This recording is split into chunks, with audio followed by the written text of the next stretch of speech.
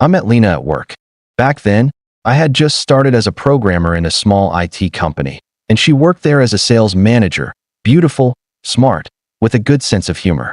6 months later, I proposed to her, and a year after that, we got married. 5 years into our marriage, I was certain there was no happier man alive. We lived in a rented 2-room apartment, saving for a down payment on a mortgage, and rarely argued, mostly over trivial household stuff. I remember once she got mad because I forgot to take out the trash again. I apologized, bought her favorite pastries and potatoes, and she quickly forgave me. We were a team, or so I thought. Everything started at the end of April. I came home from work around 8 in the evening. I opened the door, and Lena was all dressed up, beautiful dress, makeup, perfume. I immediately got worried and asked if something happened. Maybe we were going somewhere? She smiled and said no, we just had a guest tonight. Remember I told you about my friend Alia from university? She's here on a business trip and will stay with us for a couple of days. To be honest, I didn't remember her mentioning any Alia, but I figured I'd just forgotten. I said, of course, no problem. 20 minutes later, the doorbell rang. Lena ran to open it, and I saw a tall blonde woman in her 30s in a business suit with a small suitcase.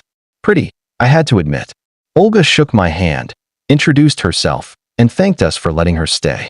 I noticed she seemed a bit tense, constantly exchanging glances with Lena, but I chalked it up to travel fatigue. We had dinner and chatted about this and that. Olga said she worked as a marketer for a large company and was here for 3 days on business. After dinner, I helped her settle onto the couch in the living room, gave her a pillow and blanket. The next morning, I left for work early while the girls were still asleep. I came back around 7. When I walked in, they were sitting in the kitchen, drinking wine and laughing. Lena seemed a bit wound up. Her cheeks were red, eyes sparkling. I thought, well, okay, old friends meeting up, had a bit to drink, it happens. We had dinner together, then I went to the room to work on a project while they stayed in the kitchen chatting. Around 11 at night, I went to the kitchen for some water. Olga was gone. Only Lena was washing dishes. I asked where our guest was. She said she'd gone to bed, very tired. I hugged Lena from behind, wanted to kiss her, but she pulled away abruptly and said, "Not now, I have a headache." That was strange. She usually didn't react like that, but I didn't push it. On the 3rd day, the same story repeated itself. I came home from work, and the girls were again in the kitchen with wine. The first turning point happened that evening.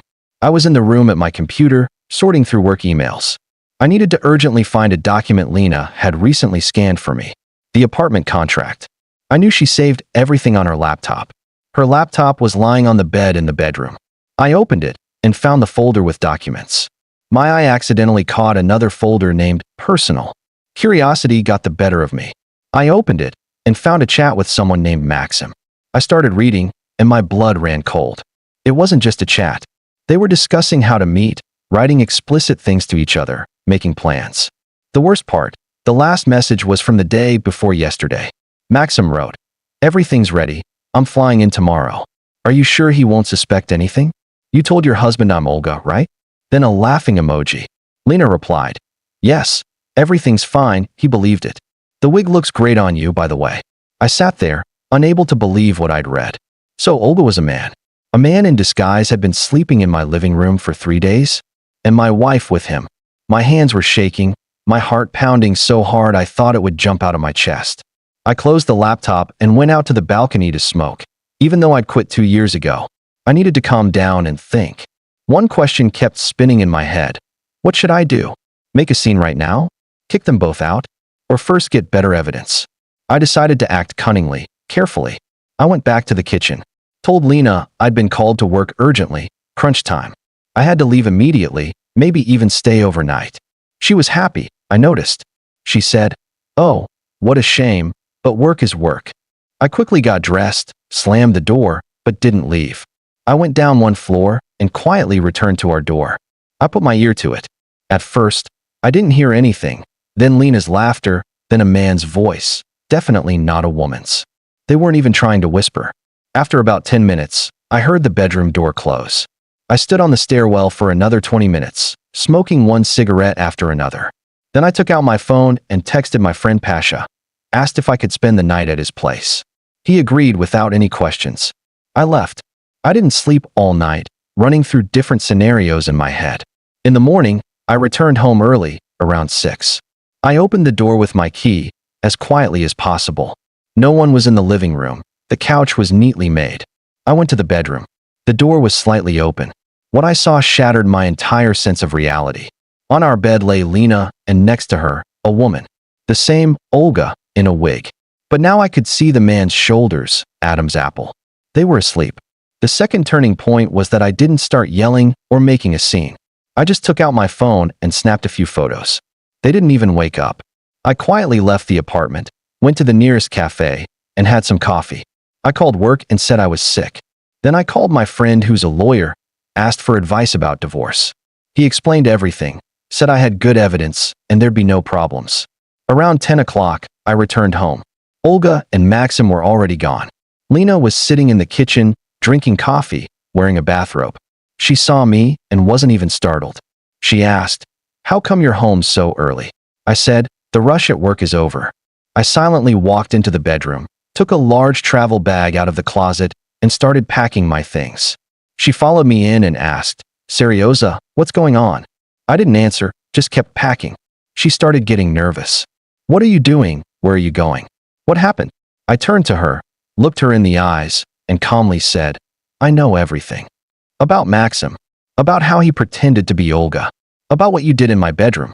Her face turned white as chalk. She began making excuses, saying it wasn't what I thought, that it was just some kind of game, that she just wanted something new, that she loved me. I didn't listen. I packed only the essentials and left. I never returned to that apartment. The third turning point happened a week later. I rented a studio, moved the rest of my things while Lena was at work, and filed for divorce. Then my sister Marina called me. She said Lena had come to her house, cried, and begged her to talk to me. Marina didn't understand what had happened. I didn't tell her the details, only said that we were getting divorced and asked her not to discuss it with anyone. But my sister told me something strange. During their conversation, Lena mentioned that it was my own fault, that I had driven her to this. Marina asked what she meant. Lena said that I hadn't touched her as a woman for 2 years, that she felt unloved and unwanted. That was a lie, a complete lie. Everything was fine between us in that regard. I never refused her. I called Marina back and told her it wasn't true, that Lena was just trying to make herself look like the victim. But my sister started to have doubts. I realized that Lena had started spreading rumors to make herself look better in the eyes of others. A few days later, Lena's father called me. He was angry, said I was a scoundrel, that I left his daughter for no reason, that she was now on antidepressants. I tried to explain the situation, but he wouldn't listen. He hung up. Then her mother called and said the same things. Lena had told everyone her version of events, in which I was the villain and she was the victim. I realized I had to act. I wrote a message to all our mutual friends and relatives. I briefly explained the situation, without details, but made it clear that I had proof of her infidelity. Some believed me, some didn't. But I didn't care anymore. I just wanted to close that chapter and move on. The fourth and most unexpected turn happened a month later. The divorce was almost finalized. I had already started living a new life. I even met a girl, Katia, through a dating app. We went out a few times. Everything was good, easy, and relaxed. One evening, I was sitting at home watching a TV series. The doorbell rang. I opened the door, and there stood Maxim, that very same Maxim, but not in a wig, just regular men's clothes, jeans, a jacket. His face was worn. You could tell he'd been drinking. I wanted to slam the door, but he quickly put his foot in the way. He said, "Wait, I need to talk to you. I won't hurt you, just listen." I don't know why I agreed, but I let him in. We sat in the kitchen. I poured us both some water. Maxim started talking. It turned out Lena had lied to him too. She told him that we had been divorced for a long time, that I had agreed to a divorce, that we were just dragging out the paperwork. She said I knew about their relationship and didn't mind. That's why he agreed to that stupid cross-dressing scheme.